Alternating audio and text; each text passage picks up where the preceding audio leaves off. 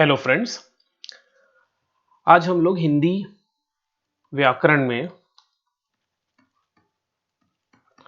अपना आज का फर्स्ट टॉपिक करेंगे। वो है वर्ण विचार। आपके सिलेबस कुछ यूनिट्स में डिवाइडेड है। सिलेबस जरूर देखना कि सिलेबस के अकॉर्डिंग ही पढ़ना है। तो सिलेबस में जो फर्स्ट इकाई है, पहला इकाई है, उसमें पढ़ना है अपने को वर्ण विचार। उस इकाई का नाम ही वर्ण विचार है और वर्ण विचार के अंदर हम लोग को पढ़ना है स्वर, व्यंजन, अक्षर, इस तरह की चीजों को हम लोग को डिस्कस करते हुए चलना है। और लास्ट में ही, इस यूनिट के लास्ट में ही हमको संधि विच्छेद भी पढ़ना है। तो चलिए हम आज का अपना टॉपिक स्टार्ट करते हैं और सबसे पहले वर्ण विचार को कंप्लीट करते हैं। सबसे पहले दिमाग में क्वेश्चन आता है कि वर्ण क्या है, अक्षर क्या है, शब्द क्या है। ये सब मन में डाउट है या विचार आता है ना कि वर्ण क्या है, अक्षर क्या है, ध्वनि क्या है। ध्वनि क्या है, लिपि क्या है। देखिए, वर्ण विचार में सब बेसिक क्वेश्चन ही आएंगे, यही सब आएंगे। वर्णमाला क्या है, ये सबको ही हमको आज पढ़ना है, इन सबको। और इन्हीं से बेसिक क्वेश्चन होता है। जैसे पिछले बार क्वेश्चन आया था कि ध्वनि का अन्य नाम क्या है, तो इसको वर्ण बोलते हैं। वर्णों के संयोग से अक्षर बनता है, कई अक्षर को मिला के शब्द बनता है। इस वर्ण या अक्षर को हम लोग जब कॉपी में लिखते हैं तो कुछ विशेष चिन्हों का प्रयोग करते हैं, विशेष चिन्हों का प्रयोग करते हैं। उन चिन्हों को ही क्या बोलते हैं, लिपि बोलते हैं। वर्ण के क्रमबद्ध रूप को ही क्या बोलते हैं, वर्णमाला बोलते हैं। वर्णमाला, इन सबको हम लोग थोड़ा डिटेल में देखेंगे। तो चलिए हमारा सेशन स्टार्ट करते हैं, ध्यान से चीजों को समझते हैं। जो भी नहीं आएगा आप मुझसे ये पूछ सकते हो, ये व्हाट्सअप है, व्हाट्सअप कर देना, मैं आपके डाउट को क्लियर कर दूंगा। आप कॉल भी कर सकते हो। चलिए आगे बढ़ते हैं। सबसे पहले पढ़ते हैं वर्ण क्या है। ये वर्ण अक्षर नहीं होता, थोड़ा सा काट देना। वर्ण का मतलब ध्वनि है, ध्यान से समझना। वर्ण का मतलब ध्वनि। जैसे मैंने कोई ध्वनि में बोला अ, मैंने बोला, मैंने क बोला, मैंने और कुछ एक ध्वनि ले लेते हैं, ह बोला। तो इस तरह से जब मैं कोई साउंड प्रोड्यूस कर रहा हूं या ध्वनि निकाल रहा हूं, तो ये ध्वनि ही एक्चुअल में क्या है, वर्ण है। ठीक। तो भाषा की सबसे छोटी मौखिक ध्वनि या उसके लिखित रूप को वर्ण कहा जाता है। ये मोस्ट इंपॉर्टेंट है। इसको इसका आपको पीडीएफ मिल जाएगा कि जो भी लिखा है, इसका पीडीएफ आपको मैं प्रोवाइड कर दूंगा। आप बस देखते चलिए। सबसे पहले क्या बोल रहा है कि भाषा की सबसे छोटी मौखिक इकाई क्या है, ध्वनि, या उसके लिखित रूप को हम क्या बोलते हैं, वर्ण है। इसको सबसे पहले मार्क करिए। अगर एग्जाम में प्रश्न बना कि भाषा की सबसे छोटी इकाई क्या है, भाषा की सबसे छोटी इकाई, तो आपको लगाना है ऑप्शन में वर्ण को। वर्ण को ही एक्चुअली में क्या बोलते हैं, ध्वनि बोलते हैं। दोनों सेम चीज है, वर्ण चाहे ध्वनि। तो वर्ण हम क्या बोलेंगे, भाषा की सबसे छोटी इकाई है। मतलब इसके आप खंड नहीं कर सकते, इसको आप वापस से नहीं तोड़ सकते। जैसे मैंने लिख दिया अ, अब इस अ को आप क्या तोड़ोगे। जैसे मैंने लिखा कमल, लिखा कमल, इस कमल को आप तोड़ सकते हो, क अलग कर दोगे, म अलग कर दोगे, ल अलग कर दोगे, ये आपने तोड़ा इसको और टुकड़े किए, खंड किए। लेकिन अ का फर्दर आप खंड नहीं कर सकते, ये सबसे छोटी इकाई है। उसी प्रकार क है, ये व्यंजन है, क, इसको भी आप नहीं तोड़ सकते। ये जो क है ना, इसका फर्दर तोड़ा जा सकता है, क्योंकि व्यंजन व्यंजन हमेशा स्वर की सहायता से बोला जाता है। तो ये क धन अ हो जाएगा। ये सिखाऊंगा मैं, विच्छेद में सिखाऊंगा, वर्ण विच्छेद में। अब इसको यही रहने दीजिए। वर्ण क्या है, भाषा की सबसे छोटी इकाई है जिसको आप तोड़ नहीं सकते, विच इज, उसको क्या बोलेंगे, वर्ण बोलेंगे।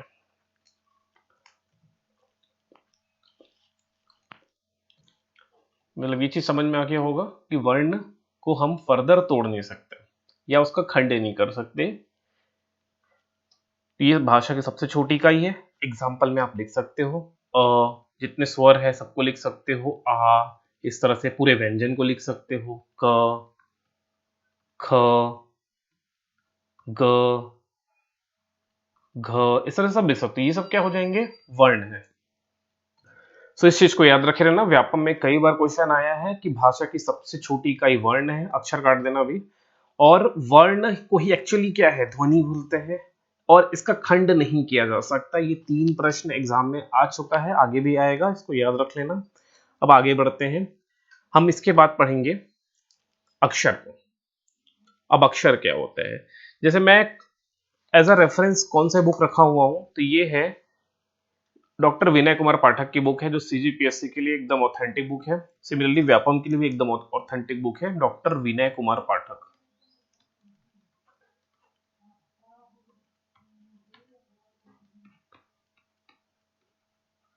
ये डॉक्टर विनय कुमार पाठक की बुक से मैं पढ़ रहा हूँ। आपके पास जो भी बुक हो सब अच्छी बुक है, लेकिन ये ऑथेंटिक बुक है, मैं इसको एज अ रेफरेंस ले रहा हूँ। चलिए, एक मैं शब्द लिखता हूं राम, ध्यान से देखिए। अगर पूछूं राम में कितने अक्षर हैं, ध्यान से समझिएगा, राम कितने अक्षर से मिलकर बना है, या ये जो शब्द राम है इसमें कितने वर्ण हैं। ये 2 क्वेश्चन आपसे पूछ रहा हूं। पहला क्वेश्चन कितने अक्षर हैं, दूसरा क्वेश्चन कितने वर्ण हैं। तो राम में कितने अक्षर है, देखिए 2 अक्षर से मिलकर बना है राम। एक हो गया रा और एक हो गया म। ये 2 अक्षर है राम में, 2 अक्षर। लेकिन अगर वर्ण विच्छेद करोगे तो ये र इस प्रकार से होगा र, उसमें भी आपको लगाना पड़ेगा हलंत, फिर आ की मात्रा, क्योंकि यहां पर आ का मात्रा आपको दिख रहा है, तो एक्चुअली वो कौन सा स्वर है, आ वाला स्वर है। फिर म, फिर इसमें भी हलंत लगाना पड़ेगा, और ये आ जाएगा अ। तो ये राम में कितने वर्ण हैं, 4 वर्ण हैं। लेकिन अक्षर कितने हैं, 2 अक्षर हैं। इस चीज को समझना है आपको। जब हम लोग स्वर, इसके बाद जब स्वर पढ़ाने वाला हूं, उसके बाद व्यंजन देखेंगे, तो आपको ये चीज और क्लियर होगा। अभी यहां पर इतना समझ के रखिए। एक और एग्जांपल लो, मोहन, या इसको थोड़ा और घुमा के मोहनी कर देते हैं, मात्रा बढ़ा देते हैं। अब इसमें कितने अक्षर हैं, सबसे पहले हम अक्षर पता करते हैं। तो एक अक्षर हो गया मो, दूसरा अक्षर है ह, और तीसरा अक्षर है नी। तो मोहनी में 3 अक्षर है। लेकिन अब मैं इसी को वर्ण विच्छेद किया, इसके वर्ण कितने हैं, कितने वर्ण हैं। तो पहला वर्ण है म, फिर है ओ की मात्रा, दिख रहा है आपको यहां पर ओ, ये दूसरा वर्ण हो गया, ये व्यंजन है, ये स्वर है। फिर उसके बाद आपको दिख रहा है ह। फिर कोई भी व्यंजन ना हमेशा स्वर के सहायता से ही बोला जाता है, व्यंजन बिना स्वर के नहीं लिखा जाता, ना ही बोला जाता है। अब देखिए ये आ जाएगा, इसमें कोई मात्रा नहीं, मतलब अ का मात्रा लगा हुआ है इस ह में, यहां पर ह और अ मिलके ही बनते हैं ह। ये व्यंजन है, इसको आप बोल नहीं सकते, इसका कोई ध्वनि नहीं निकलेगा। तो व्यंजन का अस्तित्व नहीं होता बिना स्वर के।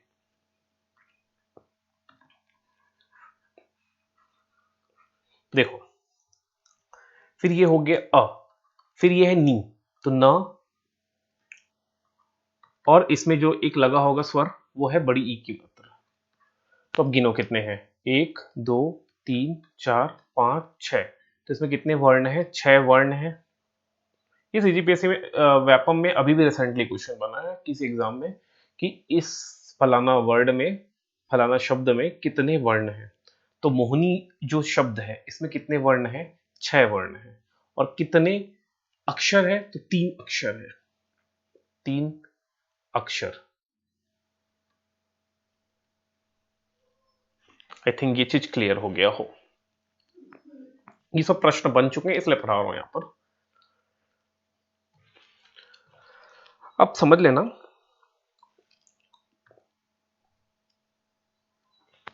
जो ध्वनि है, मैंने कहा ध्वनि ही तो वर्ण है, ध्वनि ही क्या है, वर्ण है। पहले जो लोग थे ना, जो आज से बहुत पुराने चलते हैं, जब लोग लिखना नहीं जानते थे, जब केवल वो बोलते थे, वो भी इशारों में बात करते थे, तब वो तरह तरह के साउंड प्रोड्यूस करते थे। साउंड, ध्वनि मतलब इंग्लिश में क्या होता है, साउंड। कोई लिखित रूप नहीं था, केवल साउंड, केवल ध्वनि होते थे। कम्युनिकेशन के लिए, बातचीत करने के लिए, अपनी भावना व्यक्त करने के लिए केवल ध्वनि था। अब इस ध्वनि को लिखा जब गया तो उसी को क्या बोलते हैं? वर्ण। मतलब ध्वनि का लिखित रूप क्या है? वर्ण। ये लिख लेना, ध्वनि का लिखित रूप ही क्या है? वर्ण है। लिखित रूप वर्ण है।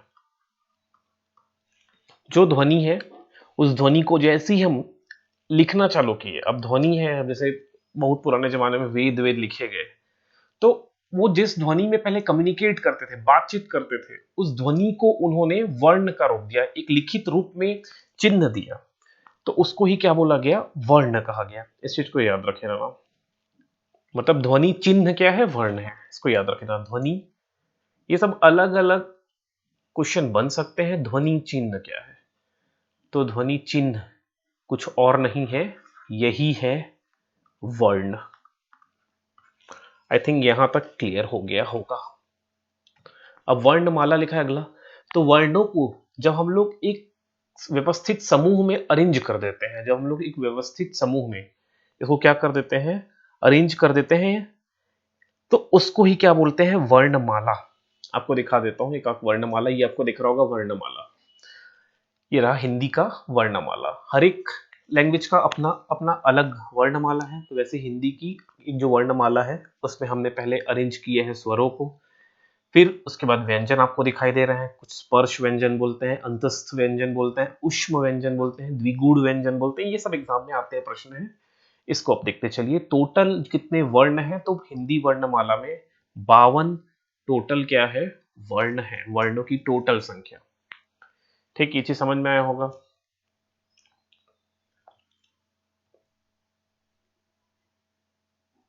ये आपका वर्णमाला है। अ, आ, ई, उ। इसे आपने बचपन में पढ़ा होगा। यही वर्णमाला है।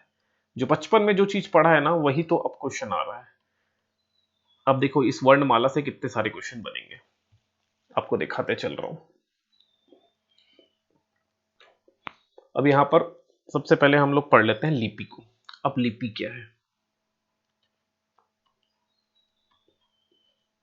ठीक है, लिपि। हम लोग आज प्रेजेंट डे में, हम लोग यहाँ छत्तीसगढ़ के लोग, दो प्रकार की लिपि का हम लोग जनरली यूज कर रहे हैं। एक तो हो गया देवनागरी लिपि।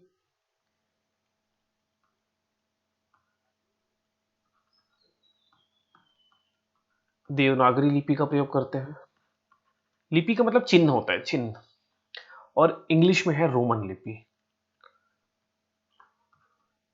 छत्तीसगढ़ में तो हम ये दो लिपि का ही प्रयोग करते हैं। जैसे मैंने कोई साउंड लिया, न, एक न कोई साउंड है, न, न, बीच में लास्ट में आ रहा है ना, देखो न को आप रीड करो, न धन अ, तो ये आ रहा है, न, न, म, आपको लास्ट में अ दिखाई देगा, श, अ। ठीक है, तो बिना, जो भी व्यंजन है, ये सब व्यंजन है, तो इन व्यंजनों को बिना स्वर के सहायता के आप बोल ही नहीं सकते। जैसे मैं यहां लिखा है नी, तो नी, ई, लास्ट में ई आ रहा है ना, स्वर आ रहा है, हमेशा स्वर आएगा। इसको भी और देखेंगे व्यंजन में, लेकिन सबसे पहले हम लिपि की ओर चलते हैं। अभी लिपि पढ़ रहे हैं, लिपि के बारे में थोड़ा जान लो। ये हो गया, ध्यान से देखिए लिपि। तो दो लाख, जैसे ये साउंड है न, न एक साउंड है, या कोई एक नाम लिख देता हूं मैं। जैसे मैंने एक नाम लिख दिया राम, तो राम जो साउंड है उसको देवनागरी में इस प्रकार से लिखा मैंने, ये देवनागरी लिपि का प्रयोग किया। अगर रोमन में लिखूंगा तो कुछ इस प्रकार से लिखूंगा, राम। समझ में आ गया? हर साउंड को लिखने का अलग अलग तरीका है, उस तरीके को ही हम लोग क्या बोलते हैं? लिपि बोलते हैं। जो निर्धारित प्रतीक चिन्ह है, जैसे रा के लिए के रा, र के लिए ये प्रतीक चिन्ह हमने यूज कर लिया, रा, ये प्रतीक चिन्ह है, ये सब सिंबल्स हैं, प्रतीक चिन्ह। जिन प्रतीक चिन्हों का हम उपयोग करेंगे लिखने के लिए, उसको उसको बोलेंगे लिपि। किस लिपि में आप लिख रहे हो? तो मैं देवनागरी लिपि में लिख रहा हूं, मैं रोमन लिपि में लिख रहा हूं। समझ रहे हो? इसी प्रकार पंजाबी में, पंजाबी की जो लिपि होती है, जो पंजाबी भाषा है, जिस लिपि में लिखी हुई है, उसको बोलते हैं गुरुमुखी। गुरुमुखी क्या है? एक लिपि है।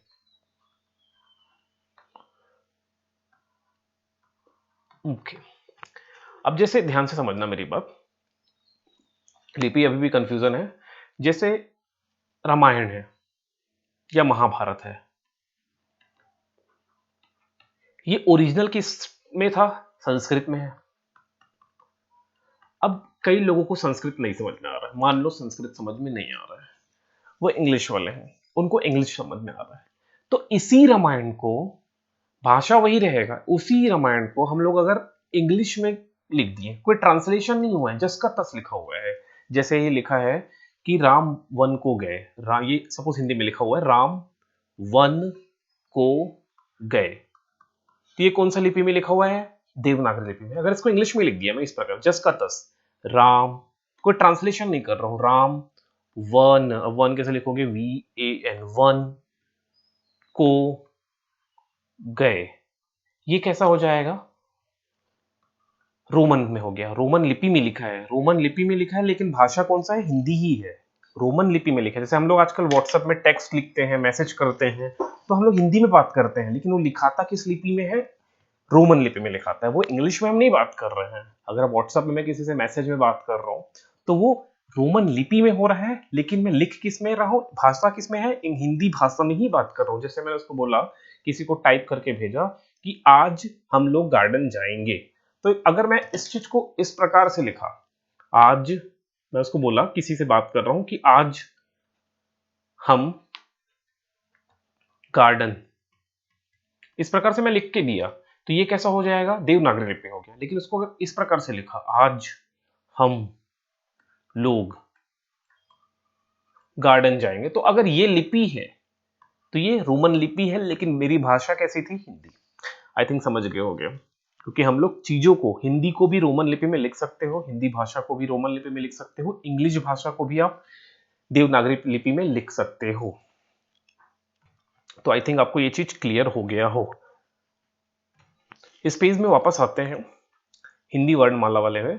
अब हम लोग जो वर्णमाला है, जो वर्ण है, वर्ण के बेसिकली दो प्रकार होते हैं, बेसिकली दो प्रकार होते हैं। एग्जाम में ये प्रश्न आता है कि वर्ण के कितने प्रकार है, तो वर्ण के दो प्रकार होते हैं, इस चीज को याद रखना। ये एग्जाम में लिया हुआ प्रश्न है, आंसर है कि दो प्रकार होते हैं। एक को बोलते हैं स्वर, इंग्लिश में वोवेल बोलते हैं, एक होता है व्यंजन, इसको कॉन्सोनेंट बोलते हैं इंग्लिश में। तो दो प्रकार के हो गए वर्ण, एक वर्ण है स्वर और दूसरा वर्ण है व्यंजन। अब यहां से किस तरह के प्रश्न बनते हैं इसको देखते हैं। सबसे पहले चलते हैं हम लोग अपनी हिंदी वर्णमाला की तरफ। अब देखिए, स्वर आपको यहां पर दिखाई दे रहा है, मैं थोड़ा जूम करके दिखा दूं, ये रहा स्वर। स्वर में क्या क्या आ रहा है? अ, आ, ई, उ, री, ए, ओ, औ। ये आपके क्या है? स्वर है। तो स्वर की संख्या कितनी है? 11। ये एग्जाम में लिखा है, स्वर की संख्या कितनी है? 11। अब और अहा, इनको हम लोग अयोगवाह बोलते हैं, ये स्वर की कैटेगरी में नहीं आते, ना ही ये जो अयोगवाह है, ना ही ये व्यंजन है। ठीक, तो एक्चुअली देखो, अब यहां पर थोड़ा सा कंफ्यूजन होता है कभी कभी। अगर ये और अहा है, मतलब अनुस्वार, को क्या बोलते हैं? अनुस्वार, इसमें लिख दे रहा हूं यहां पर, को हम क्या बोलते हैं? अनुस्वार। और जो अहा है, इसको बोलते हैं विसर्ग। विसर्ग, ये इसको ना ही संधि की स्वर की कैटेगरी में रखा गया और ना ही व्यंजन की कैटेगरी में रखा गया। इसका रीजन क्या है? इसका रीजन क्या है, ये हम लोग अभी आगे पढ़ेंगे। पहले स्वर जान लेते हैं, स्वर क्या है, व्यंजन जान लेते हैं, व्यंजन क्या है, फिर जानेंगे अयोगवाह क्या है और क्या रीजन है कि इसको स्वर की कैटेगरी में भी नहीं रखा गया और व्यंजन की कैटेगरी में भी नहीं रखा गया। इसको उसके बाद आपको मैं आंसर करूंगा, तो आपको अच्छे से समझ में आएगा। अभी याद रखे रहना, को क्या बोलते हैं? अनुस्वार, और आहा को क्या बोलते हैं? विसर्ग। इतना याद रखे रहना। अब वर्ण के दो प्रकार को स्टार्ट करेंगे। फर्स्ट स्वर की ओर चलते हैं हम लोग। स्वर क्या है? स्वर ऐसी ध्वनियां जिनका उच्चारण करते समय किसी अन्य ध्वनि की सहायता नहीं ली जाती, मतलब जिसका उच्चारण स्वतंत्र रूप से किया जाता है, वही स्वर है। ये ओरिजिनल डेफिनेशन है, इसको याद रख लेना कि ऐसी ध्वनियां जिनको किसी अन्य वर्ण की सहायता की जरूरत नहीं है उच्चारण करने के समय, वो स्वर है। मतलब उच्चारण करते समय वे स्वतंत्र है। जैसे अ मुझे बोलना है, तो मुझे किसी और ध्वनि की जरूरत नहीं है अ बोलने के लिए। आप खुद बोल के देखिए, अ, सीधा आप बोल लोगे अ, आ, ई, उ। मतलब ये सब बोलने के लिए आपको किसी और वर्ण या किसी दूसरे ध्वनि की जरूरत नहीं पड़ रही है, वो स्वर है। ठीक है, हिंदी भाषा में स्वर की संख्या 11 है। इस चीज को समझना, स्वर का उच्चारण आप स्वतंत्र रूप से करोगे। इसको उच्चारण के लिए किसी दूसरे ध्वनि की आपको जरूरत नहीं है। मैं फिर से बोल दूं, स्वर उन वर्णों को कहते हैं जिसका उच्चारण किसी दूसरे वर्ण की सहायता के बिना होता है, अर्थात जो वर्ण बिना किसी अन्य वर्ण की सहायता से बोले जाते हैं उन्हें स्वर कहते हैं। इस चीज को याद रखे रहना। स्वर कैसा होता है? जिसके उच्चारण के लिए किसी दूसरे ध्वनि की आपको आवश्यक नहीं है। समझ गए? ये हो गया स्वर। तो हिंदी जो वर्णमाला है या हिंदी भाषा है, इसमें मानक रूप में देखें तो कितने स्वर है? 11 स्वर है। मानक रूप में देखें तो क्या हो गया? कितने स्वर हैं? 11 स्वर होते हैं। अगर एग्जाम में प्रश्न आया कुल स्वर की संख्या कितनी है, ये बड़ा कंफ्यूजन करता है। कुल स्वर ये एग्जाम में बन चुका है। कुल स्वर बोला तो इसमें हम लोग अयोग वाह को कैलकुलेट करके बोलते हैं 13। आपने बचपन में पढ़ा भी होगा, अ आ इ ई उ री ए ओ अहा, ये आप लोग पढ़ते थे बचपन में, अहा। तो कुल स्वर लिया जाता है 13। अब इसमें हमेशा से डाउट रहा है, अब व्यापम क्या आंसर ले रहा है इस पे बहुत ज्यादा डिपेंड करता है। कुछ प्रीवियस ईयर क्वेश्चन हम लोग उठा के देखेंगे, उसमें व्यापम क्या आंसर लिया है, वो 11 को मानता है कि 13 को मानता है, क्योंकि हम लोग व्यापम की तैयारी कर रहे हैं। ठीक है, डिफरेंट डिफरेंट जगह अलग अलग लिया जाता है। जैसे अगर दिल्ली बोर्ड हो गया, यूपी बोर्ड हो गया, मतलब उनके एग्जाम के जो बोर्ड्स हैं, हमारा तो व्यापम है, हमारा एग्जाम कौन कंडक्ट करा रहा है? व्यापम करा रहा है या सीजीपीएससी करा रहा है? ये दो ही बोर्ड हमारे यहाँ काम करते हैं। उनके यहाँ जो भी बोर्ड हो, उन दूसरे स्टेट्स में, उससे अपने को नहीं फर्क पड़ता। हम लोग को अपने यहां देखना है कि व्यापम ने क्या आंसर लिया है। तो प्रीवियस ईयर क्वेश्चन में कुछ करके देखेंगे, उसमें ये चीज क्लियर हो जाएगा। अब रही बात, ये मानक क्या है? मानक को इंग्लिश में बोलते हैं स्टैंडर्ड। मानक है क्या, या स्टैंडर्ड क्या है, या किसी का स्टैंडर्डाइजेशन करना क्या होता है? किसी का मानकीकरण हिंदी में बोलेंगे। तो देखो, एक डिपार्टमेंट है केंद्रीय हिंदी निदेशालय, यहां लिख दे रहा हूं, एक सेकेंड।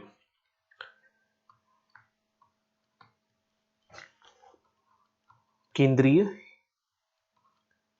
हिंदी निदेशालय।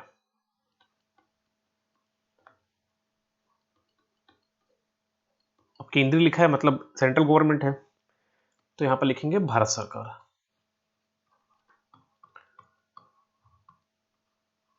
तो ये जो डिपार्टमेंट है ना, केंद्रीय हिंदी निदेशालय, ये क्या करती है? भाषा को मानक करती है। मानक का मतलब होता है कि भाषा को आप इस रूप में ही बोलोगे और उनकी संख्या इतनी है, आप इसमें चेंज नहीं कर सकते। जैसे एग्जांपल मैं बता रहा हूं, एग्जांपल उदाहरण बता रहा हूं, ध्यान से समझना। जैसे बड़ी बहन है, बड़ी बहन को हम क्या बोलेंगे? दीदी।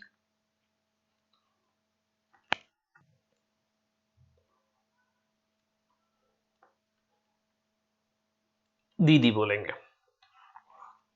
ये एक हिंदी का एक शब्द है। अब एक चलन क्या आ गया, टीवी में, टीवी के सीरियल्स हो गए या कुछ वेब सीरीज हो गए या मूवीज हो गए, कुछ भी ये चीज है, उसमें ये दीदी को क्या बोला जाना लगा? दी।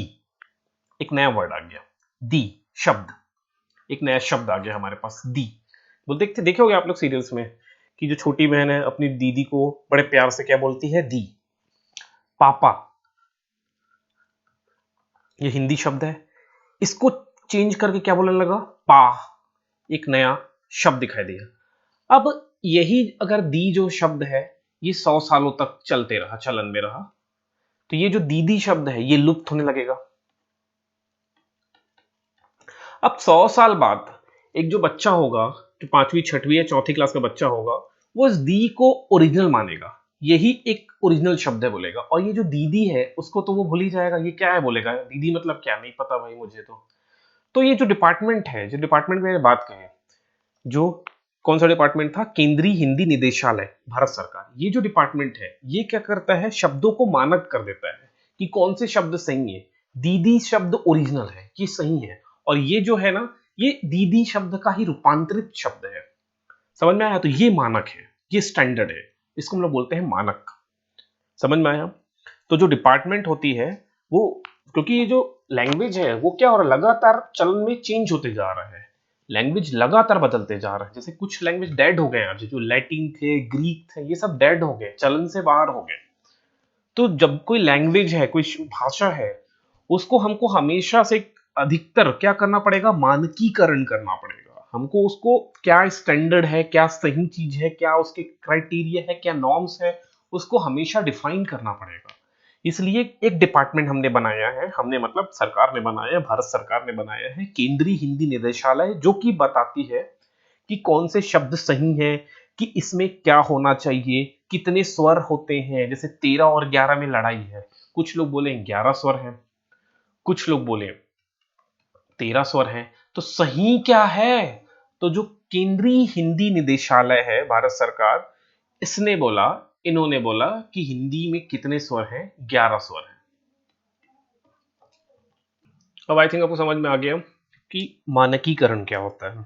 ठीक है, तो ये जो डिपार्टमेंट है, केंद्रीय हिंदी निदेशालय, भारत सरकार, ये अपनी पुस्तिका जारी करती रहती है, मैगजीन्स के माध्यम से बताते रहती है समय समय पे क्या इस भाषा का क्या मानक है, और क्या सही है, क्या सही चीज नहीं है, मतलब क्या गलत है। तो इस डिपार्टमेंट को भी याद रखे रहना, केंद्रीय हिंदी निदेशालय, इसने बताया है इस प्रकार। चलिए, तो स्वर की संख्या कितनी है, व्यापम ने क्या लिया है, उस पर डिपेंड करता है। ठीक है, वो 11 भी सही है, 13 भी सही है। ठीक है, अब इसमें दावा पत्ती का ही गेम है। अब दावा पत्ती को भी व्यापम सही मान रहा है कि नहीं, तो इसलिए प्रीवियस ईयर जो पुराने पेपर्स हैं, जो हिंदी के प्रश्न बने हैं, उसको हम लोग देखेंगे। चलिए आगे बढ़ते हैं। तो आपको स्वर समझ में आ गया। स्वर क्या है, जो स्वतंत्र, जिसका उच्चारण स्वतंत्र रूप से, इस चीज को याद रखे ना, आजकल डेफिनेशन प्रश्न बन जाता है, 4 ऑप्शन में घुमा घुमा के पूछा जाता है। तो जो भी परिभाषा है, जो भी डेफिनेशन चल रही है, उन डेफिनेशन को पकड़ के रखना, स्वतंत्र रूप से हम उच्चारण करेंगे तो वो क्या है, स्वर है। आगे बढ़ते हैं। अब स्वर के भी भेद हैं। अब स्वर के कितने भेद हैं, तो उसको देखें तो स्वर के 3 भेद दिखाई देते हैं।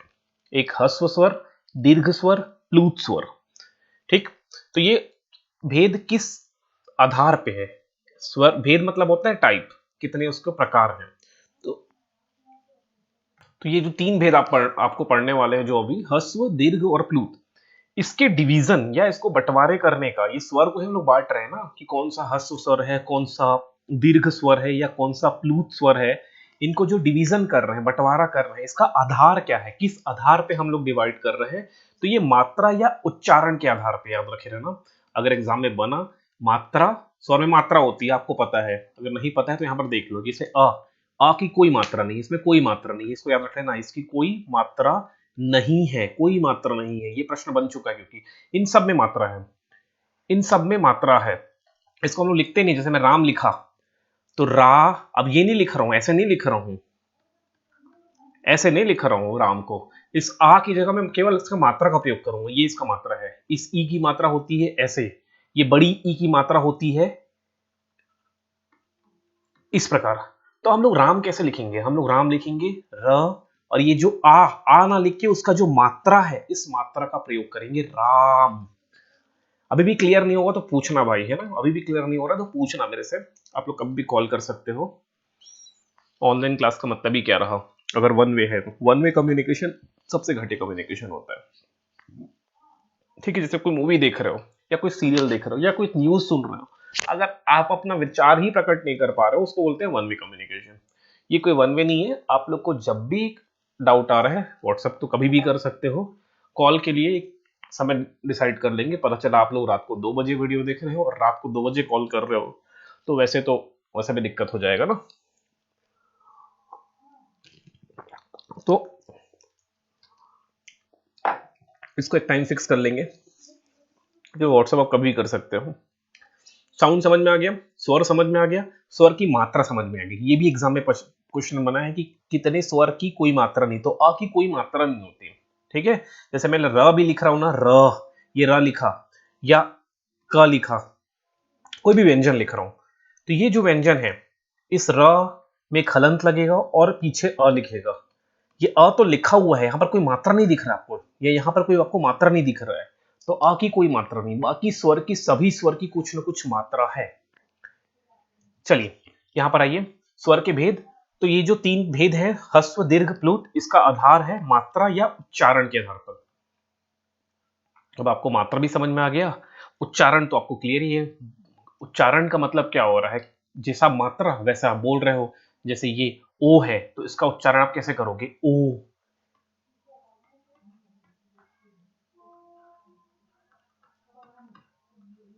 समझ गए इस चीज को?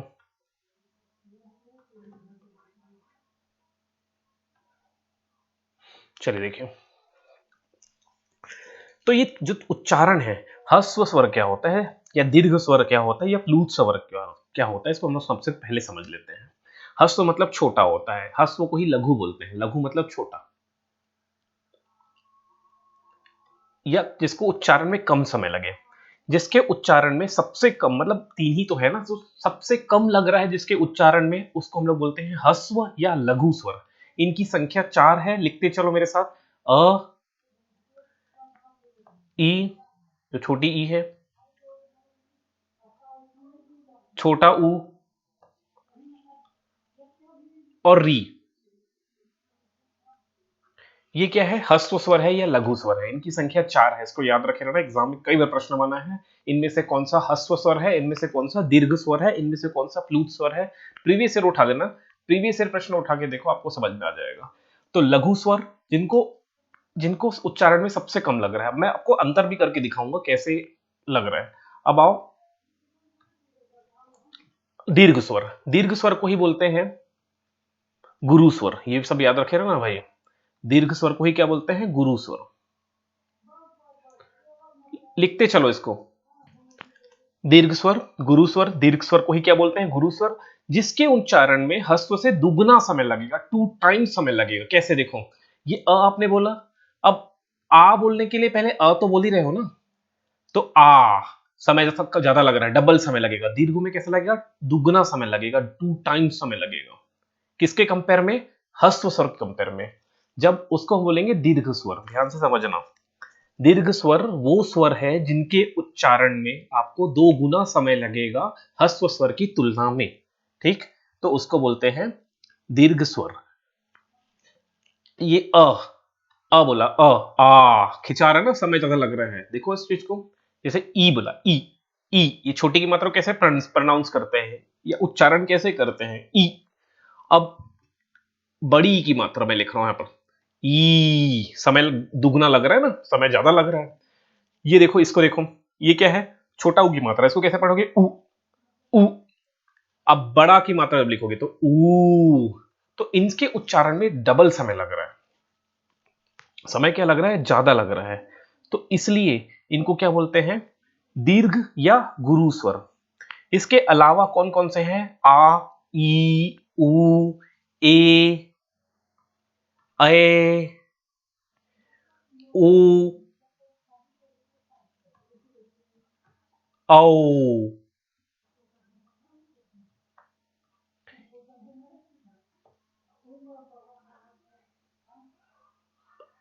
इसकी संख्या कितनी हो जाएगी, 7। ये एग्जाम में आया हुआ है। ह्रस्व स्वर की संख्या 4 थी, समय में सबसे कम लगेगा। दीर्घ स्वर वो स्वर है जिनके उच्चारण में दोगुना समय लगेगा, किसके कंपेयर में, ह्रस्व स्वर के कंपेयर में, और इनकी संख्या है 7। ठीक, 7, 3, 10 और 11 तो हो ही है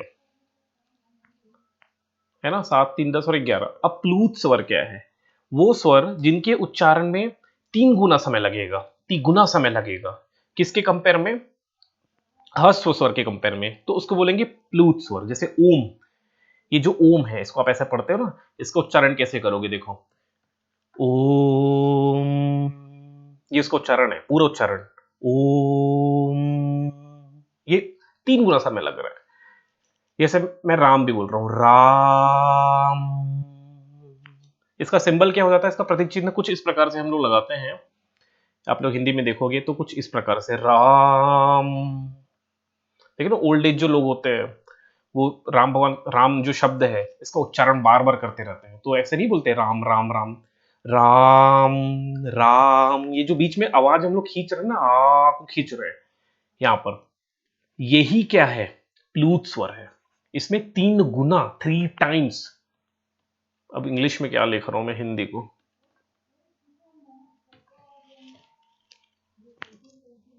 ये चीज आप लोग को समझ में आया कि नहीं आया, मुझे तुरंत बताना। अब तुरंत बता नहीं सकते, लाइव तो है नहीं, फिर भी बताना, जहां भी कमेंट का ऑप्शन दिख रहा है या व्हाट्सएप करके ही बताना ये चीज क्लियर हुआ कि नहीं। हस्व क्या है, दीर्घ क्या है, प्लूत क्या है, इसको एक बार मैं फट से एक बार और बता दूं।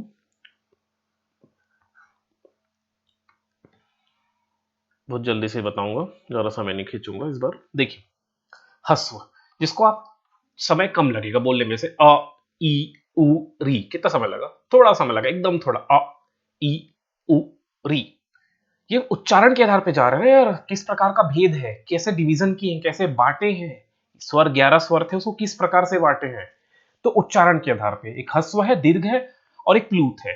दीर्घ में डबल समय लग रहा है, दीर्घ में 2 टाइम्स ज्यादा समय लग रहा है, अ आ ई उ ए ओ औ समय ज्यादा लग रहा है। प्लूत पे तिगुना समय लग रहा है, 3 टाइम्स और ज्यादा समय लग रहा है, ओम राम, समझ रहे हो इस तरह से। तो ये उच्चारण के आधार पे हम लोग क्या कर दिए, डिवीजन कर दिए।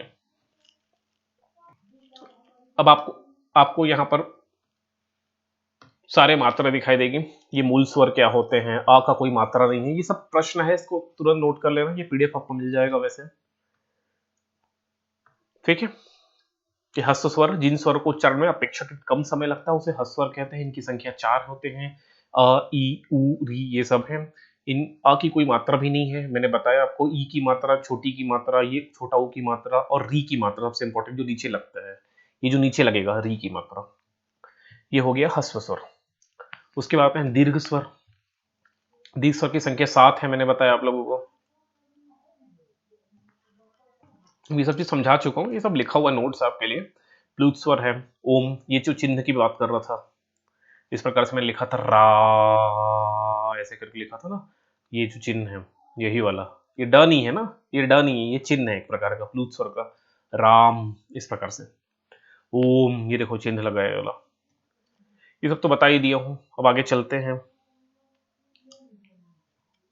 व्यंजन जाने से पहले ना एक चीज और समझना यहाँ पर, अब स्वर की उत्पत्ति के अनुसार में अपन इसको 2 भेद में डिवाइड करते हैं। स्वर की एक और भेद है उत्पत्ति के आधार पर, किस प्रकार से ये उत्पन्न हुए हैं, तो उत्पत्ति के आधार पर स्वर के भेद,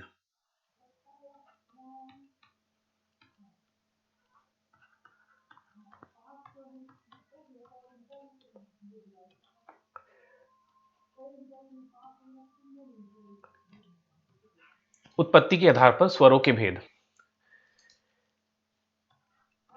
अब इसके 2 भेद हैं, एक को बोलते हैं हम लोग मूल स्वर,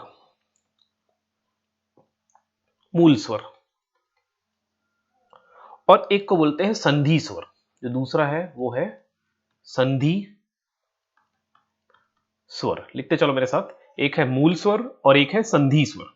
अब मूल का मतलब क्या होता है, जो ओरिजिनल है, ठीक है, जो पहले से आ गई ओरिजिनल है उसको बोलते हैं मूल स्वर, इसकी उत्पत्ति किसी दूसरे स्वर से नहीं हुई है, खुद से हुआ है, अब उसको बोलेंगे मूल स्वर।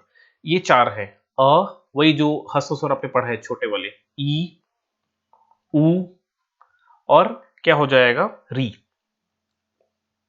ये कैसे हैं, मूल स्वर है, इसको याद रखना। इनकी संख्या कितनी है, 4, मूल स्वर की संख्या है 4।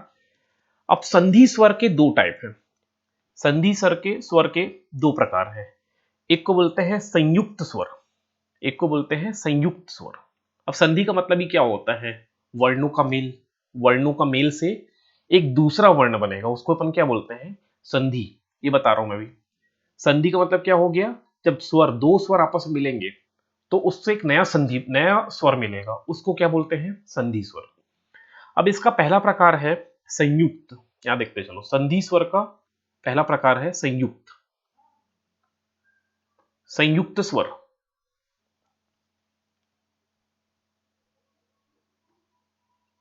जिनको भी जो भी समस्या आ रही होगी ना बताते चलना, क्योंकि जब तक आप लोग क्लियर नहीं करोगे कि आप लोग को ये चीज़ समझ में आ रहा है नहीं आ रहा है, तो मैं तरीका चेंज करूंगा, फिर उसके बाद समझाने का तरीका चेंज होता है ना।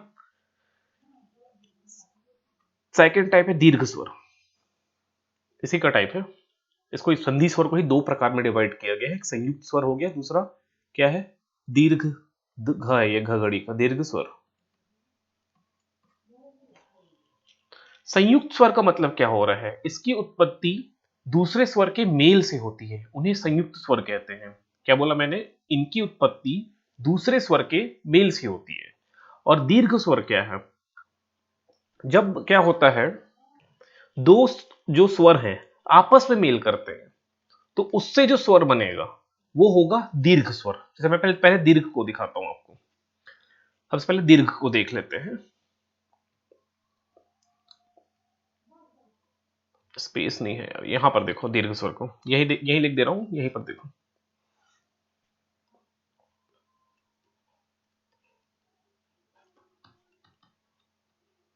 दीर्घ स्वर, जैसे अ एक मूल स्वर है, अब अ और अ का योग होगा, मिलन होगा, अ और अ का आपस में मेल होगा, तो इससे क्या बना, आ। तो देखो ये मूल स्वर है, ये कैसा स्वर है, मूल स्वर है, ये कैसा स्वर है, मूल स्वर है। तो दो मूल स्वर मिले, उनके मेल से, दो मूल स्वरों के मेल से, दो मूल स्वरों के मेल से एक जो तीसरा स्वर बन रहा है, उसको हम लोग क्या बोल रहे हैं, दीर्घ स्वर। अभी दीर्घ स्वर संधि पढ़ोगे आप लोग तो इसमें आ ही जाएगा वो चीज, यही चीज पढ़ोगे स्वर, तो यहीं पर आप थोड़ा समझ लो, सीक्वेंस में चलो तो चीजें समझ में आएगी। ये हो गया दीर्घ स्वर, समझ में आ गया। दीर्घ स्वर कैसे बना, अ और अ के मेल से आ बन रहा है। इसी प्रकार यहीं रफ करके लिख रहा हूं, यहीं पर रफ करके लिख रहा हूं, ई, ई के मेल से ई बन रहा है, ये क्या है, मूल स्वर, ये क्या है, मूल स्वर। दो मूल स्वर के मेल से एक दीर्घ स्वर बन रहा है, ये है दीर्घ स्वर। इसी प्रकार आप ऊ कभी देख लो, ऊ और ऊ के मेल से क्या बन रहा है, ऊ। ठीक है, तो ये हो गया हमारा दीर्घ स्वर। तो दीर्घ स्वर की संख्या कितनी हो गई, तीन, यहां साइड में लिख दे रहा हूं। दीर्घ स्वर की संख्या कौन हो, कितनी हो गई, तीन। अब ये तीन कौन कौन से हैं, एक तो हो गया आ, और अ के मेल से, दूसरा हो गया बड़ी ई की मात्रा, ई की मात्रा, और एक हो गया ऊ की मात्रा, बड़ा ऊ। तीन है दीर्घ स्वर। अब संयुक्त क्या होता है, इसमें क्या हो जाएंगे, दो अलग अलग स्वर मिलेंगे, दो अलग अलग स्वर मिलेंगे और बनाएंगे संयुक्त स्वर। इसको भी यहां पर डिस्कस करता हूं, यहां देखिए संयुक्त स्वर।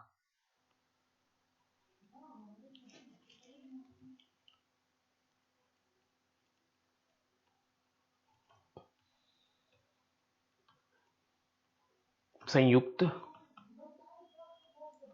स्वर, जैसे अ, ये आ हो गया, है ये अ, और अ और ई के मेल से, ये सब याद रखे रहना, सब संधि में काम आएगा। अ और ई के मेल से बनेगा ए, ए बनेगा। इसकी मात्रा कैसे होती है, मात्रा होती है ऐसे, ए। अब देखो आ और इस ए के मेल से बनेगा आए, इसका मात्रा कैसा होता है, ऐसा। समझ में आया। इसी प्रकार अ और ऊ के मेल से, अ और ऊ के मेल से, अ और ऊ के मेल से बनेगा ऊ, इसका मात्रा कैसा होता है, ऐसा होता है। अब ये आपके लिए एकदम नया नहीं है भाई, ये तीसरी दूसरी पहली क्लास के बच्चों को ये पढ़ाया जाता है, आप लोग सब पढ़ के बैठे हो इसका मात्रा, ए का मात्रा। अब ए का मात्रा नहीं जान रहे हो तो कहां से आपका ये शिक्षा कर्मी का एग्जाम क्रैक होगा।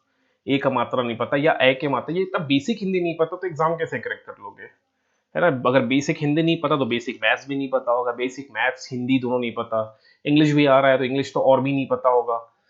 तो थोड़ा चीज तो आपको जानना ही पड़ेगा ना, बेसिक आपका क्लियर होना ही चाहिए। बेसिक का मतलब ये नहीं बोल रहा हूँ कि आपको ये सब पता हो, मैं यही उम्मीद लगा रहा हूँ कि स्टूडेंट जो है, जो कंपटीशन एग्जाम की तैयारी कर रहा है, उसको कुछ तो आया यार, ऐसा नहीं एकदम जीरो आ रहा है। एकदम जीरो तो कोई नहीं होता, जीरो तो बच्चे भी नहीं होते।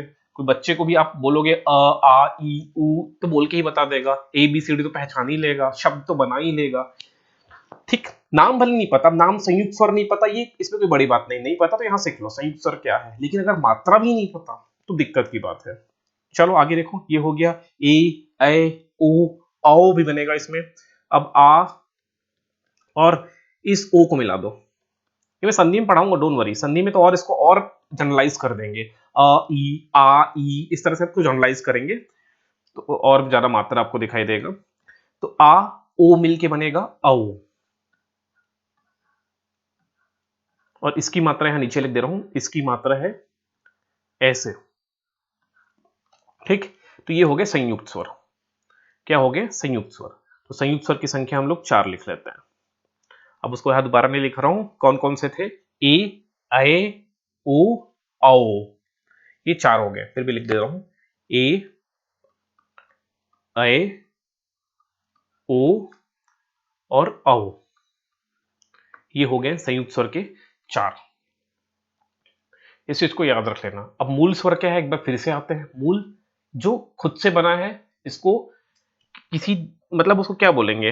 मूल है वो। मूल का मतलब ही होता है ओरिजिनल, जो खुद उत्पन्न हो गया, मतलब किसी दूसरे स्वर के मेल से नहीं बना है वो। ठीक है, तो वो है मूल स्वर। अब जो मूल स्वर से बन रहे हैं, जो मूल स्वर के संयोग से बने, वो है संधि स्वर। ठीक, इस चीज को याद रखे रहना। ये उत्पत्ति के आधार पर हम लोग स्वर को भेद कर लिए। पहला मूल, दूसरा संधि। संधि के 2 भेद हैं, संयुक्त स्वर और दीर्घ स्वर। दीर्घ स्वर की संख्या 3, संयुक्त स्वर की संख्या 4 और मूल स्वर की संख्या 4। तो इस प्रकार बन गए 11 हमारे स्वर। इस चीज को नोट कर लेना।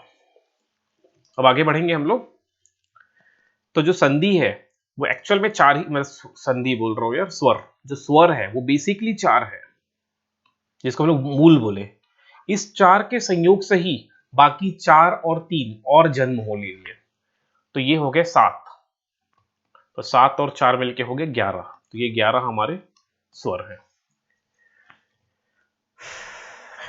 अब स्टार्ट करेंगे व्यंजन।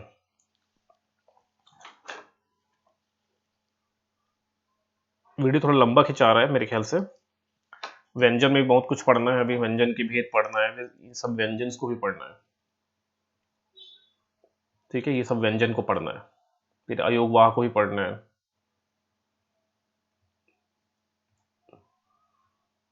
आते हैं वापस अपने व्यंजन की तरफ। अब व्यंजन की डेफिनेशन पहले, सबसे पहले पकड़ना। व्यंजन क्या है? जिन वर्णों का उच्चारण स्वरों की सहायता से होती है, मतलब ये डिपेंडेंट है, ये स्वतंत्र नहीं है। ये क्या है? डिपेंड है। किस पे डिपेंड है? स्वर पे डिपेंड है।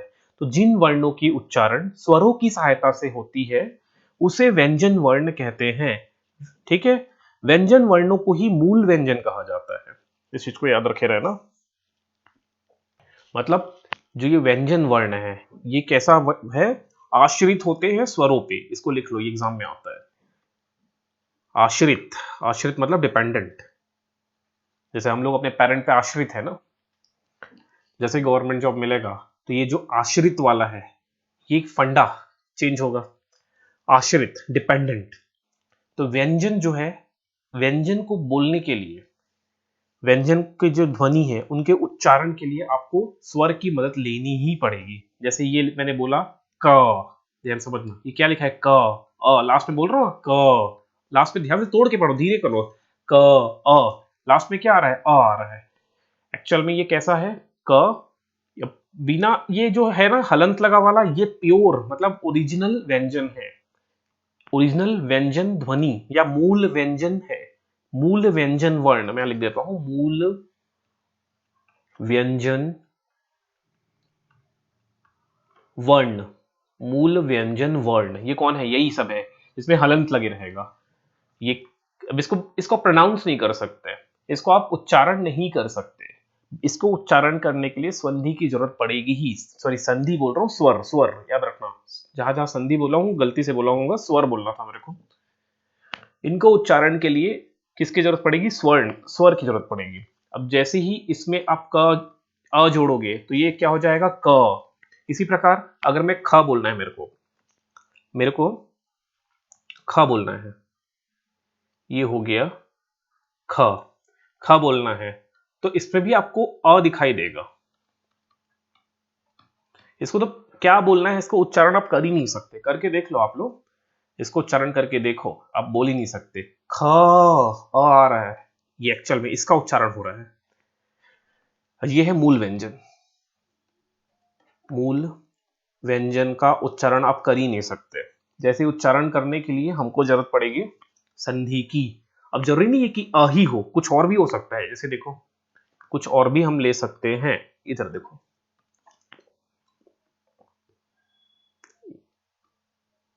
इसमें ना लिखने में बड़ा दिक्कत होता है, पेन कॉपी या बोर्ड में लिखने में कंफर्टेबल होता है। जैसे देखो, ये लिखा है ऐसे, तो ये क्या हो जाएगा? खी। कैसा मात्रा लगा है? ई की मात्रा, तो क्या हो जाएगा? खी।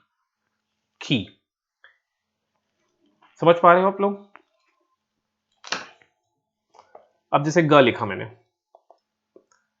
या गा लिखा, गा, तो ये गा कैसे लिखा रहा है? एक्चुअल में ग, ये पता नहीं, इसका उच्चारण आप कर नहीं सकते, इसमें लगी आ की मात्रा, तो ये हो गया गा। तो ये हो जाएगा व्यंजन। तो व्यंजन का परिभाषा याद रखे रहना, वो वर्ण जिनको उच्चारण करने के लिए, जिनके उच्चारण करने के लिए हमको स्वर की मदद लेनी होगी, या हम स्वर पे डिपेंडेंट होंगे या आश्रित होंगे, उनको बोलते हैं व्यंजन, कंसोनेंट। इनकी संख्या 33 है।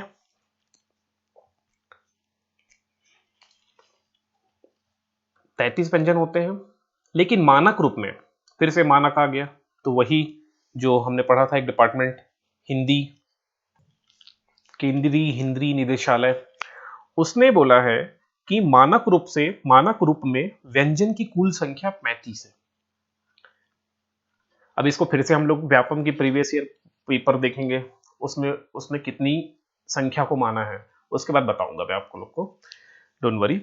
मानक रूप में व्यंजन की कितनी संख्या है इसको देखेंगे, डोंट वरी। अभी और आगे देखना ही है, व्यंजन ही पढ़ रहे हैं तो थोड़ा डिटेल में देखेंगे व्यंजन को। जैसे स्वर डिटेल में देखा, वैसे ही व्यंजन को भी हम लोग डिटेल में ही देखेंगे। चलो, ये हो गया व्यंजन। स्वर जो है डिपेंडेंट नहीं है किसी पे। उच्चारण करने के लिए स्वर आप बिना किसी, मतलब स्वर को आप स्वतंत्र रूप से उच्चारण कर सकते हो। स्वर स्वतंत्र है। स्वर कैसा है? स्वतंत्र है। और जो व्यंजन है ये आश्रित है। किन पे आश्रित है? स्वरों पे। अभी भी क्लियर नहीं हुआ होगा तो थोड़ा बताना मेरे को, तो इसको और मैं क्लियर करते चलूंगा। तो ये हो गया स्वर और ये व्यंजन। अब व्यंजन को हम लोग ना डिफरेंट डिफरेंट कैटेगरीज में डिवाइड कर देते हैं। जैसे स्पर्श व्यंजन, पढ़ोगे भी आप लोग, यहाँ पर लिखा है स्पर्श व्यंजन, 3 भेद पढ़ना है। स्पर्श व्यंजन, अंतस्थ व्यंजन, इसकी संख्या, स्वर स्पर्श की संख्या 25 है, अंतस्थ व्यंजन की संख्या 4 है, ऊष्म व्यंजन, इनकी संख्या 4 है।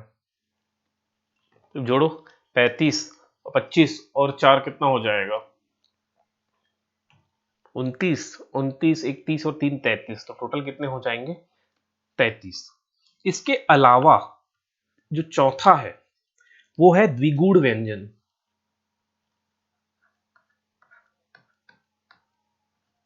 द्विगुण व्यंजन नॉर्मली इसको लिया नहीं जाता, हम इन 33 को ही व्यंजन मानते हैं। अब मानकीकरण की जो बुक है उसमें इस द्विगुण व्यंजन को भी डाल दिया है। इनकी है संख्या 2 द्विगुण। ये बताऊंगा अभी कौन कौन से द्विगुण व्यंजन है, कौन से स्पर्श है, कौन से अंतस्थ है, आगे पढ़ते चलेंगे सबको। तो सबसे पहले स्टार्ट करेंगे हम लोग स्पर्श व्यंजन। अब स्पर्श का मतलब क्या होता है? स्पर्श करना, टच करना। जो व्यंजन के उच्चारण में हम लोग ध्वनि निकाल रहे हैं, तो ध्वनि निकालने के लिए हम लोग क्या करते हैं? कंठ हो गया, तालु हो गया, मूर्धा हो गया, दंत हो गया, ओष्ठ हो गया, इन सबको स्पर्श करके बोलते हैं, टच करके बोलते हैं, तो इसलिए उसका नाम ही पड़ गया स्पर्श व्यंजन। मैं फिर से पढ़ देता हूं। जो व्यंजन कंठ, तालु, मूर्धा, ओठ, दांत, आदि के स्पर्श से बोले जाते हैं, उन्हें स्पर्श व्यंजन कहते हैं या स्पर्शी व्यंजन कहते हैं। इनकी संख्या 25 है। ठीक, अब देखो थोड़ा सा इसमें ये आ जाएगा कंठ। अब थोड़ा वापस से हम लोग वर्णमाला की तरफ चले तो ज्यादा अच्छे समझ में आएगा। वर्णमाला की ओर पहले चलते हैं। ये वर्णमाला है, इस वर्णमाला को थोड़ा बड़ा करते हैं। अब देखो ये वर्णमाला, ये ऊपर का स्वर हो गया, यहाँ पर आपको स्वर दिखाई दे रहा है। स्वर के नीचे आए हुआ आपको थोड़ा भूल जाओ। अब आ जाओ मूल व्यंजन या व्यंजन। इस व्यंजन को डिफरेंट डिफरेंट कैटेगरीज में डिवाइड किया गया है। क ख ग घ अंग च छ ज झ, ये आप ऐसा पढ़ते थे ना बचपन में। तो इनको ये क वर्ग में आते हैं, क ख ग घ अंग। अब इसको वर्ग क वर्ग क्यों कहा गया? ये वर्ग डिसाइड करने के पीछे रीजन जो फर्स्ट लेटर है क है, क से स्टार्ट हो रहा है, इसलिए इस पूरे वर्ग का नाम हो गया क वर्ग। अगर ख पहले होता और क बाद में होता तो इसका नाम हो जाता ख वर्ग। लेकिन अभी कैसा है? अरेंज है। ये वर्णमाला का मतलब क्या है? हमने जो वर्ण है इनको एक डिफाइनाइट ऑर्डर में अरेंज कर दिया है। डिफाइनाइट ऑर्डर में अरेंज कर दिया का मतलब फिक्स्ड है, अब उसको आप चेंज नहीं कर सकते। तो ये है स्पर्श। अब इसका क वर्ग, क नाम होने के पीछे रीजन समझ में आ गया। जो फर्स्ट मेंबर है इस वर्ग का फर्स्ट जो मेंबर है क, उसके नाम पे ही हमने कह दिया क वर्ग। तो स्पर्श जो व्यंजन है इसमें टोटल कितने दिखाई दे रहे हैं? 1 2 3 4 और 5। ये 5 आपको वर्ग दिखाई दे रहे हैं। तो इसमें क वर्ग में 5 मेंबर हैं, च वर्ग में 5 मेंबर हैं, ट वर्ग में 5 मेंबर है, त वर्ग में 5 मेंबर और प वर्ग में 5 मेंबर। तो इस प्रकार से इनकी संख्या हो जाएगी 25। और आपको इन स्पर्श व्यंजन को याद रखना है सीक्वेंस के सहायक। मुश्किल है, मतलब याद तो होगा बहुत लोगों को, लेकिन कुछ लोगों को याद नहीं होगा। जैसे मुझे भी याद नहीं था 4-5 साल पहले, तो आपको याद करना पड़ेगा। जब मैं भी प्रिपरेशन स्टार्ट कर रहा था, सीक्वेंस में याद नहीं था, बोल लेता था क ख ग घ अंग च छ ज झ, उसके बाद भूल जा रहा था। ये आपको आगे भी याद रखना पड़ेगा। ट ठ ड ढ अड़, संधि जब करेंगे बहुत काम आएगा, संधि के समय बहुत काम आएगा, इसलिए इसको याद करके रखो।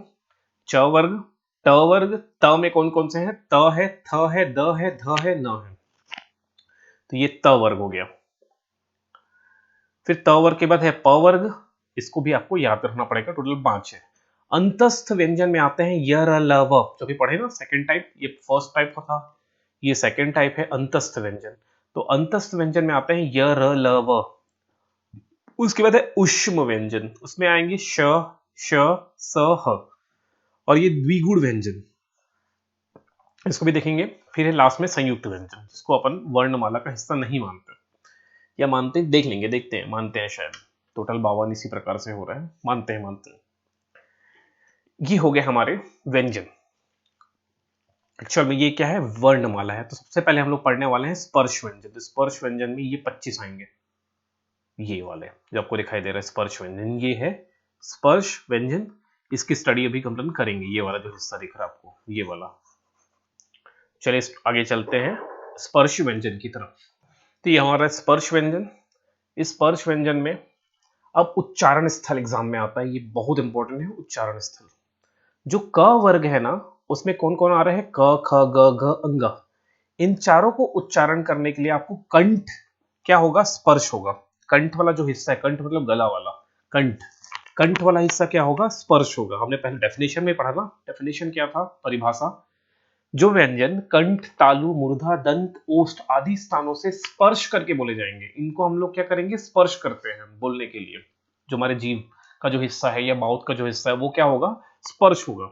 तो स्पर्श होता है, इसलिए वजह से इसका नाम पड़ गया स्पर्श व्यंजन। और जो क वर्ग है, पहला हमारा जो वर्ग है क ख ग घ अंग, इसको बोलने के लिए जो उच्चारण स्थल है वो क्या रहेगा? कंठ वाला हिस्सा रहेगा। इसलिए इसका एक और नाम पड़ जाता है कंठ, या मैं लिख देता हूं, इन वर्णों का एक और नाम पड़ जाता है कंठी वर्ण। ये रहा इस प्रकार से, इसको याद रखना पड़ेगा। अब इसका कोई ट्रिक नहीं है, लेकिन एक हम लोग ह्यूमन बनाने का प्रयास करते हैं पहले। ये तो बहुत बकवास सा ह्यूमन बन गया। अभी थोड़ा काम चलाओ ठीक ठाक, ये बन गया है। अब देखो डिफरेंट डिफरेंट पार्ट्स को हम लोग हाईलाइट करते चलेंगे। क वर्ग कंठ है, तो यहाँ पर कला होता है, यहाँ पर नीचे कंठ, यहाँ पर कंठ होगा। तो ये हो गया क वर्ग के लिए कंठ। कंठ के जैसे ऊपर जाओगे, गले के जैसे ऊपर जाओगे तो आपको दिखाई देगा जीभ का हिस्सा, ये आपका टंग है, टंग, ये जीभ हो गया, तालु। तो च वर्ग के लिए क्या करेंगे, तालु, तालु के स्पर्श से जो बोला जाएगा वो है च वर्ग। तो इसके ऊपर है, कंठ के ऊपर है तालु, ये हो गया तालु का हिस्सा। फिर ये ट वर्ग है, मूर्धा। पहले सबसे पहले जान लो ये मूर्धा क्या होता है। तालु का जो ऊपरी हिस्सा होता है उसको बोलते हैं मूर्धा। तो तालु के जस्ट ऊपर होगा ये वाला हिस्सा, ये वाला हिस्सा हो जाएगा मूर्धा, मूर्धा। तो ये ट वर्ग को उच्चारण करने के लिए जो उच्चारण स्थल होगा वो है मूर्धा। जो त वर्ग है, त त त वर्ग है, उसका क्या है, दांत है। तो यहां पर होगा आपका दांत बाहर की ओर, फिर से ये वाला हिस्सा हो जाएगा दांत, यहां दांत है और यहां दांत है। तो दांत के उच्चारण से आप करोगे त, थ, द, ये इनके उच्चारण के लिए दांत की उच्चारण स्थल होगा। अब ये जो प वर्ग है, प वर्ग है ओष्ठ, ये बाहर वाला हिस्सा, यहां पर आपका होठ है, ये वाला हिस्सा, ये होठ है, ये ओष्ठ है। अब इसको मैंने कैसे ट्रिक बनाया था याद करने के लिए, जरूरी नहीं आपके लिए काम आए, तो इसका उल्टा हो जाता है। जैसे देखो पहले क्या आया क, उसके बाद च, उसके बाद ट वर्ग आ रहा है, उसके बाद त वर्ग आ रहा है और उसके बाद प वर्ग आ रहा है। तो जो हमारा डायग्राम है, उस डायग्राम में देखो जो सबसे पहले आ रहा है क वर्ग, वो सबसे नीचे है, कंठ सबसे नीचे होता है। क के बाद आता है च वर्ग, क के बाद कौन सा आता है, च वर्ग, वो जस्ट ऊपर होगा तालु। फिर तालु के ऊपर होता है मूर्धा, तो उसमें आ जाएगा ट वर्ग। और उसके बाद त वर्ग है, जो बाद का हिस्सा है, द दांत, और सबसे जो आउटर में है लिप्स है, वो सबसे नीचे वाले के प वर्ग के लिए। तो एक उल्टा चल रहा है सीक्वेंस में, देखोगे पहले आता है क वर्ग लेकिन कंठ सबसे नीचे है, फिर उसके नीचे है च वर्ग, है ना, समझ रहे हो आप लोग। एक सेकेंड, ये देखिए सबसे पहले क वर्ग है, सबसे ऊपर में है लेकिन जो कंठ है सबसे नीचे है। फिर आता है च वर्ग, कंठ के ऊपर है तालु, फिर च के नीचे है ट वर्ग सीक्वेंस में, तो तालु के ऊपर है मूर्धा। फिर आता है त वर्ग जो कि दांत है, मूर्धा के भी आ गया। और फिर आता है प वर्ग जो सबसे नीचे है लेकिन जो लिप्स है हमारा, क्या बोलते हैं, ओष्ठ, वो सबसे होठ, ओष्ठ मतलब होठ, तो जो होठ है या ओष्ठ है वो सबसे आउटर में है। तो इस प्रकार से आप सीक्वेंस करके याद कर सकते हो, या कोई और तरीका है तो कोई और तरीका बना सकते हो, ये डिपेंड करता है कैसे आप इसको लर्न करोगे। या इसको ऐसे भी याद कर सकते हो, देखो कंठ क से चालू हो रहा है तो ये क वर्ग पहला याद हो गया। तालु, देखो तालु मतलब जीव होता है ना, तालु चालू एक साथ लगता है ना, तालु, जीभ पे कंट्रोल नहीं है तो उसको ही चालू बोलेंगे हम लोग, तो चालू, तालु चालू। तो ये त च ऐसे याद कर सकते हो। त वर्ग के लास्ट त से स्टार्ट हो रहा है, दांत में त पीछे है, ये कुछ तरीका बना लेना याद करने का। अब देख लो कैसे याद रखना है, इसको याद तो करना पड़ेगा क्योंकि उच्चारण स्थल आता है, जैसे एग्जाम में पूछ दिया, ऐसे क्वेश्चन पूछेगा, देखो एग्जाम में ऐसे पूछेगा कि निम्न में से कौन से व्यंजन को या कौन से वर्ण को हम लोग दांत वाले हिस्से से, या दांत वाला जो हिस्सा है वो उसका उच्चारण स्थल है। ऑप्शन ऐसे होगा, option A, option B, option C, option D. अब ऑप्शन ऐसे दिए हैं, दांत वाला हिस्सा बोला है ना, तो एक डाल दिया घ घड़ी का, बी में डाल दिया ड डमरू का, ठीक है, और सी में डाल दिया ध धनुष का, और डी में डाल दिया भ भालू का। अब आपको बताना है कि निम्न में से कौन से वर्ण का उच्चारण स्थल दांत से है, ऐसे प्रश्न आते हैं। तो आप लोग कौन सा ऑप्शन लगाओगे, ए बी सी डी में। ये तो याद नहीं होगा तब तक आप नहीं कर सकते। जैसे घ वाला क वर्ण का है तो इसका तो कंठ था, है ना। ड वाला जो है, जो ड दिख रहा है वो ट वर्ग का है तो इसका मूर्धा था। ये ध वाला है, ये त वर्ग का मेंबर है। त वर्ग में कौन कौन से मेंबर आते थे, त, थ, द, ध, न, तो ये दांत से होता था। और ये जो भ है ये प वर्ग का है, मतलब प, फ, ब, भ, म, तो ये दांत वाला, ये ओष्ठ वाला हो जाएगा, होठ वाला। तो ऑप्शन सी करेक्ट होगा।